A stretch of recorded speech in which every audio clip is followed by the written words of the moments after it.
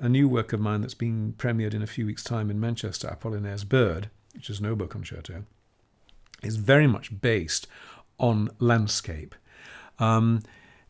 It's called Apollinaire Bird because it's taken from, the idea of it is taken from a poem by Guillaume Apollinaire, who was a French surrealist poet and the first person really to write about and defend surrealism and worked with the Dadaist and so on. But he has some wonderful poems, and I have a collection of his poems. I have a collection of his poems, and one day went to my bookshelf, and it happens so often with me that I just picked it up and opened it, and there was this poem called Un oiseau chante, a bird sings.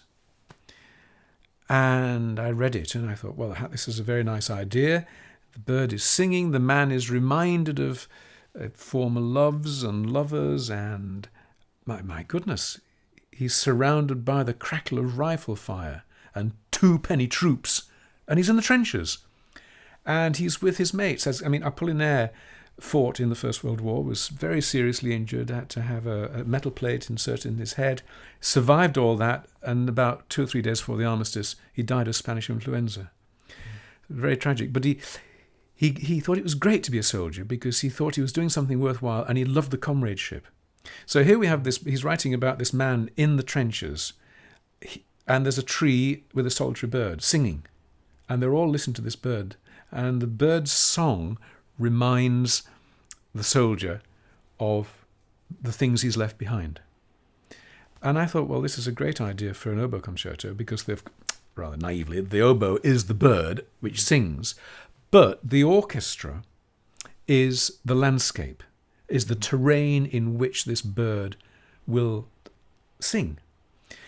And so in terms of answering your question about light and dark and so on, the very beginning of this concerto, we have the bird song on its own, 2 phrases, and it's a kind of an idée fixe. It comes back all the way through the work. The orchestra comes in with a very searing octave unison, which is like a flash of light. There are dark rumblings and I tried to, in the orchestra, but I tried to make this huge difference between the dark rumblings and the very top. And it's like these 3 things are almost literal. Song, the darkness of the trenches, and this searing light. But I couldn't make an entire piece of this. So what happens is that as the bird song starts to evolve and develop, it takes the mind of the soldier elsewhere.